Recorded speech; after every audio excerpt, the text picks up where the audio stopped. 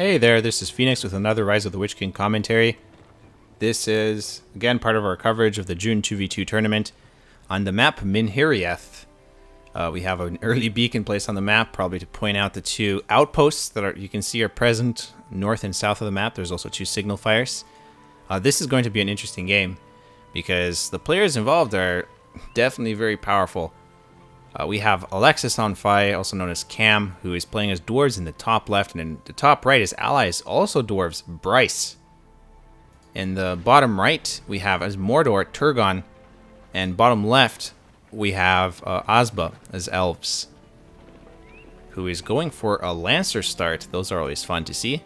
So many players go for the safe infantry start, but the cavalry start can really pay off. You just have to be very careful. You can see that Brice is quickly setting up his mines here. His mine beside his Hall of Warriors. You might notice this map is a bit foggy, something we're going to fix in the next version. If you actually zoom in a little bit, it actually looks a lot nicer. See that? And then this. Yeah. Just little things you have to worry about. It's all about the zoom level of the game, which was increased in 4.0, but the map itself wasn't actually fixed for the new zoom level. Brice is trying to figure out where to place his forward mine. He just needs to watch out because, yeah, there's whites. That's the thing. There's just two white layers, but they can really get in the way on this map. Something I'm not particularly a fan of, just the way they're positioned. Really, the way to avoid them, I think, is to go through the middle and then basically run to the middle, and then from there decide where you're going. Don't try to go around like really close to these rocky areas, or you'll probably run into one of them. Maybe we should move the white layers. They're really, I don't know. I'm not a fan of where they are. Anyway, forward mine. Asba here. I think it's Asba, right? Asba's the Elven player, not the Mordor player. Yep. Anyway, he's going to try to find some resource buildings to take out. We can actually see that, who is that? That's Cam, I think, who took, yep, who took the outpost. And Asba's going to take it out. We have a beacon placed by Turgon to announce that there's a forward mine there that needs to go down.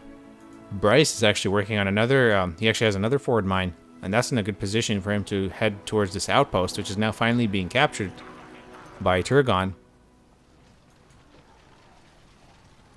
Turgon is going to try to take out some mine shafts himself with that attack of orcs. Now, by the way, in case you haven't seen some of the other coverage that we've done for the tournament, basically the first round we told players what map they can play on, and they'll play a best of 3 match essentially on that map. And so, you know, if whichever player gets 2 wins, basically gets 2 points from that. And yeah, you gain a point for every game you actually win in a match, but the match ends as soon as one player, or one team rather, has those 2 points. So just the way best of 3 works, really. Now this outpost was taken out by Brice, and he still has that mine. Working really well with Cam here to push Mordor. Perhaps a good choice, because Elves are going to be better at defending early on in the game than Mordor. That's at least what I think. At least against Dwarves. He's going to take out... Okay, he turned around. He could have actually dodged the phalanxes and gone for the guardians there, but he decided to turn around. And you can see Brice's attack getting really close to this base, but his units are just surrounded. There's so many enemies to deal with. Still, Brice and Cam are buying themselves a lot of time to show up with something even more dangerous. Let's take a look at their bases, because they're probably working on something. We have 2 Halls of Warriors now for Cam. Brice has an archery range as the second building, so they definitely have the potential to do a lot. This forward mine's still around. I don't think anybody actually noticed it. Mordor is rebuilding this outpost, but it's not going to work out for too long if Brice decides to go south. And for now, Mordor survives the attack. Well, it's not like it was likely for the attack to actually destroy a base that early in the game. You don't have enough forces usually at that point. But it would still really works in Cam's and Brice's favor because they're forcing their opponents to play defensively while they slowly take over the map. And Cam is going to deal with this annoying white layer now. The other one's already down. And Asba noticed the forward mine when running by with some Lorien archers, who of course can't take out the mine on their own. So somebody's going to have to go and get it. It looks like Turgon is rising to the challenge. But he's spamming a lot of archers, and only the Easterlings can really do anything here. Now it's very obvious that Brice was prepared for this. He's going to not exit the units here. He's actually going to exit the units over there. And because of that, he's actually not going to be able to save this mine. Well, really, he might have lost it anyway because it's hard to move around and attack orcs that are attacking it from behind. But he could have certainly taken on this army. But by not going for it, it actually worked out really well because look at this. There's nobody in his way. He's going to go straight here. Turgon noticed, oh dear, there's a lot of dwarves. And both Cam and Brice doubling Turgon extremely effectively. And things are just not looking good for the bottom team. Just quickly cycle through the powers. Rallying call, war chant for Turgon, who can't pick a rallying call, of course. And again, rallying call for Brice. And the Horajin Palace that Turgon built is going to go down. His orc pits are going to go down. And he does not have the strength to stop this. Things just not going very well. Asba has a lot of archers. He's trying to help his ally. But right now, things are just not looking good. Might be able to save his fort here, but of course Brice and Cam are just going to show up with another attack very soon, I'm sure. We can see that Brice is actually using the forward mine network very effectively. He has a couple of different mines now. You could probably try to build one in this area again. But it looks like Cam has the area under control pretty well. I think Cam pointed out the builder was in trouble, but Brice was not able to save it in time. Not that that's going to change the outcome of the game. And now Turgon has to try to rebuild as quickly as possible while their enemies are gaining control over most of the map. Cam expanding very well. Basically controlling most of the center. It does look like Asba still has the signal fire, though. Cam could go after it if he notices the issue. And this outpost under the control of Cam, I'm guessing somebody else took it. Asba, maybe. And Brice is here to defend his position right here by the signal fire, which he should really capture. It looks like Turgon has it. But meanwhile, Cam is going to attack again. They've really sensed weakness here in Turgon, because Turgon has been hammered over and over again. And he's the player to attack right now. Meanwhile, in the Elven base, not a lot happening. But Cam did actually have a few units here, which he seems to be moving away. And he's going to go after this outpost.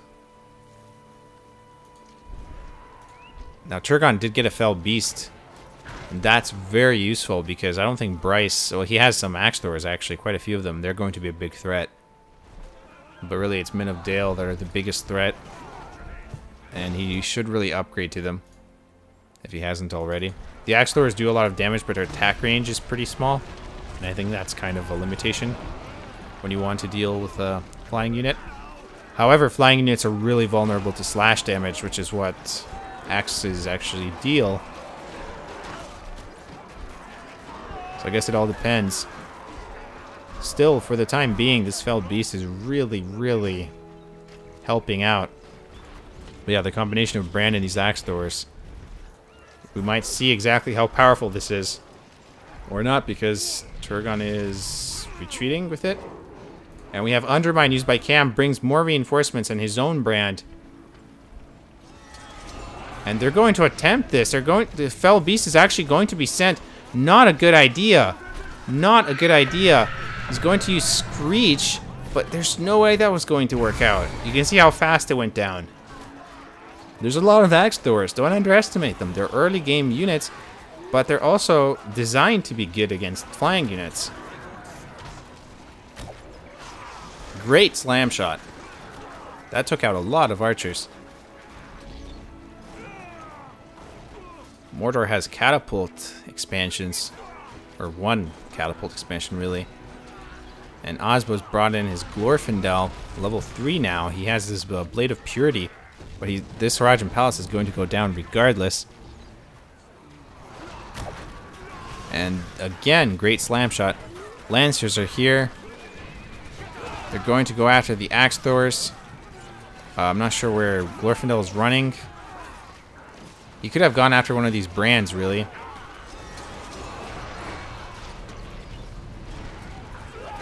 And this attack is going to be repelled, but not until it does a huge amount of damage. Something's happening over here. It looks like Brand might actually go down here. He's running away in aggressive stance. Do not run away in aggressive stance. Being in battle stance would reduce the damage he takes so much. Still, he managed to survive thanks to the heal, and Glorfindel has to retreat. Use shortcuts. Always use the D, F, and G keys to switch stances. It's so easy to do. And be especially careful with heroes because they're very expensive. Because the problem is, when you're running away with a hero in aggressive stance, that hero takes extra damage because it's being flanked, and it's taking extra damage because it's in aggressive stance. That is going to be deadly. Good use of Bombadil to force Cam to retreat. Asba trying to buy himself some time. And the bottom team still managing to hold on despite everything that's happening. Now it looks like Asba is going to run back to his base as fast as possible because Cam is just here to destroy everything he can. And he doesn't want to lose this barracks at level 2 when he's going to want to get Mirkwood Archers. He already has some Mirkwood Archers, but he'll want more. I mean, at this point, Cam and Brice really control the sides, not so much the middle, because Mordor showed up with a lot of units, it seems, and actually, so Asba, he has a few units as well. So Turgon and Asba moving in to do some damage. It's always great when two players look like they're really losing and they're still managing to do a bit of damage to their opponent's bases. It's a critical thing to actually do in games. You can't just play defensively. Cam pointed out the builder again, but he's going to run away. Meanwhile, over here, Brice, Rallying Call, tons of Axe Throwers, and some Guardians, Phalanxes. And right now, Turgon just trying to repel that attack, but Dwarves are so powerful. This is calling for a slam shot, I think. And we're about to see it. Great slam shot. Not really any point being an aggressive stance. He's going to one-hit those archers, I'm pretty sure. Even if they're buffed.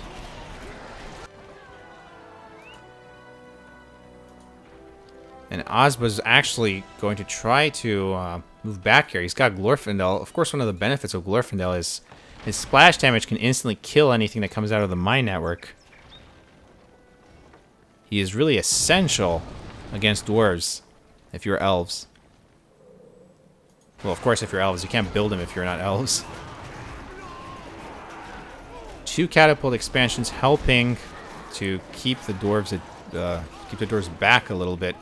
But Brice is able to build forward mines really close now. Asba is going to try to help his ally. I see a lot of units moving towards the right. But at this point, there's not going to be a whole lot that can be done. We do have Rajam archers. Very powerful archers. And how many slam shots has that brand used so far? We still don't see any... actually, we do see Men of Dale now. But the Axe Throwers have been doing very well on their own because they can actually damage buildings, not just units. And we can see Industry was used on this slaughterhouse. Brice is probably well aware of it. And that might be why these units are heading straight down here. But Harajim archers are in position to put a stop to these guys.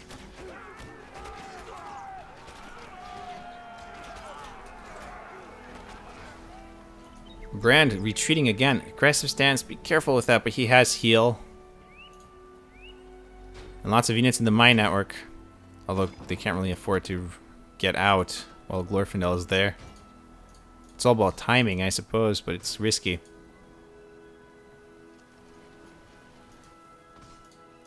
And it's a good thing Glorfindel is here. I think we can expect those units to come out of the mine network somewhere soon, because there's quite a few of them. Another undermine by... Actually, that's Brice's undermine this time. Let's take a look at powers quickly. I think, yeah, Cam's actually got Cloud Break, so he's got Rallying Call, Heal, Undermine, and Cloud Break. And we have Asba, who lost his fortress. Wow, I missed that. Wow, that's what happened. Undermine and Siege Hammers. And that is it. Wow, that happened so fast. How did I miss that? That's the thing. It's such a powerful attack. They absolutely destroy buildings with Siege Hammers, and we had Rallying Call, and we had Undermine to get them to where they needed to be, and that's it. Asba's finished. Just like that. I didn't have time to go through the powers, but you can see them. War Chant and Industry there. And Turgon just quit the game at this point. It's over.